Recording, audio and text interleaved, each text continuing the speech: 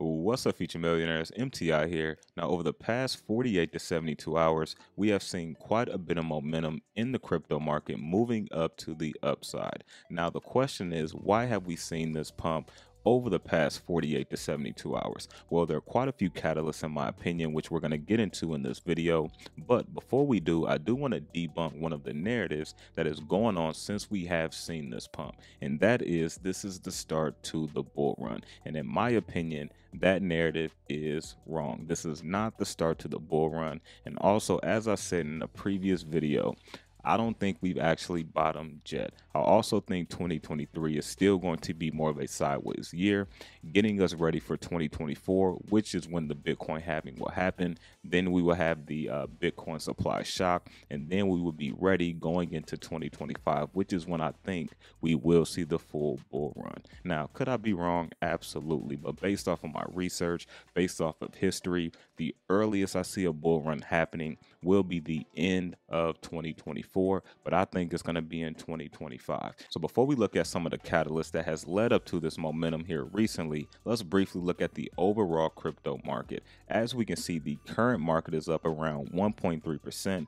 At the time of this video, we can see we're right around 895 billion, right under that 900 billion, and you can see for the 24-hour trading volume, almost 50 billion. Now you can see Bitcoin is still hanging around almost 17.5. You got Ethereum around 13.38, BNB, and if you look right here on the 7-day, some of the cryptos that really went crazy, you had Cardano up 27%, Solana went crazy, and a lot of this is due to the two memes that came out on Solana, which was Bonk and Francs, that went crazy. I believe Bonks did like 1400% like a day or two, so hopefully those people took profits and made some good money on that. Of course, you got SHIB at 12.9%.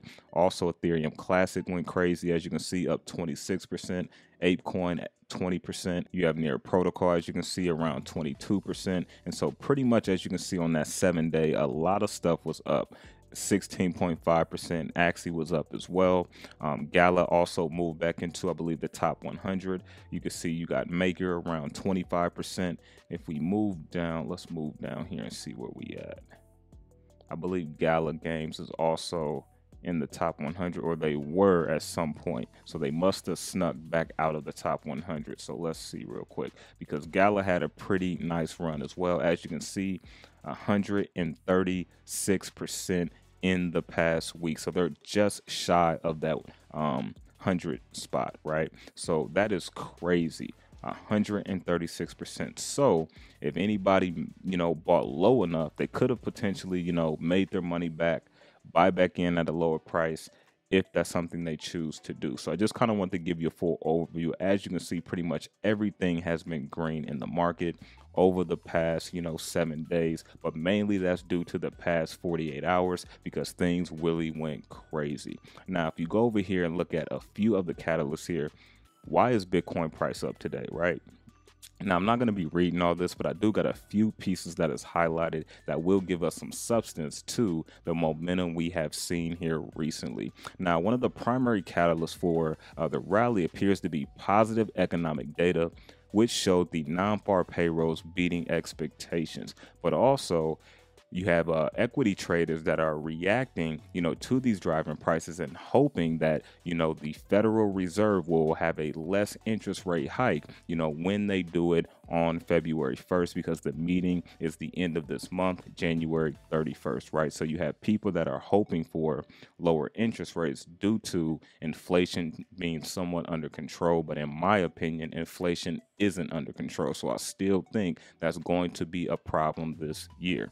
Then you have the Bitcoin open interest, which tilt towards longs after the record short liquidations. And if you look right here, data from CoinGlass shows that 58% of open Bitcoin options are long rather than short. So that means you have more options betting on Bitcoin going up compared to the price going down. And so for those that don't know what long and short mean in the option world, long means you're betting on the price is going to go up at a certain amount of time based off of that options contract, and a short is exactly the opposite. You are betting on the price going down in a certain amount of time based off of that options contract. So if we get back into the article here real quick, if you move down just a little bit, if you look right here, January 8th, which was just 72 hours ago, 130 million 0.25 in Bitcoin shorts were liquidated, which was the highest since November 9th. That's 3 months ago, right? So 130.25 million Bitcoin in shorts were liquidated. And then also, if you look right here, you have the FOMC, which is the Federal Open Markets Committee, begins meetings on January 31st, which I mentioned a little bit earlier, with a decision on interest rates expected the following day. And then also we're waiting on the Consumer Price Inflation Numbers, CPI, report on January 12th, which is tomorrow, for more details on the potential Fed decision. So these pieces of catalyst right here has pretty much led us to the momentum that we have been seeing here in the market so far over the past 48 to 72 hours. And I do think that liquidation in shorts definitely helped with the momentum. And also, according to the data from CoinGlass, which we looked at, 58% of the open contracts for Bitcoin is long, and so the other 42% would be short. So that's also a pretty nice amount that's over shorts compared to them being pretty even at some points. And also we saw quite a few projects in different industries that really led with a full amount of steam, such as Gala Games kind of leading the play to earn gaming sector, which in my opinion is one of the blue chip gaming projects in the space today. As I mentioned, you had Solana blockchain that went crazy, and a lot of it was due to we had the 2 meme tokens that went crazy, Bonk and Francs. You also had NFTs. The volume has picked up as well, with Bored Ape Yacht Club leading that, which is still the #1, NFT collection in the space today. And so with all that being said, there was a lot of different, catalysts and momentum that piled on to the things that we looked at today. And so one thing I do want to mention about a thumbnail, it says take profits, because in my opinion, I don't believe this is the start to the bull market. And so if you were able to get into something at a lower price and maybe 2x or 3x your money, or maybe you are in one of the meme tokens and you was able to 1000x, take profits. And that doesn't mean when you take profits you can't buy back in later if you believe in that project long term. And it also doesn't mean you have to sell everything, right? That just means take your profit out and let the rest ride. Let your moon bag ride, right? And so talking from experience, when you're in position, you definitely want to take profits, right? And so as I mentioned, you don't have to sell everything. You can also always buy back in if there's a project you truly believe in. So now let's kind of talk about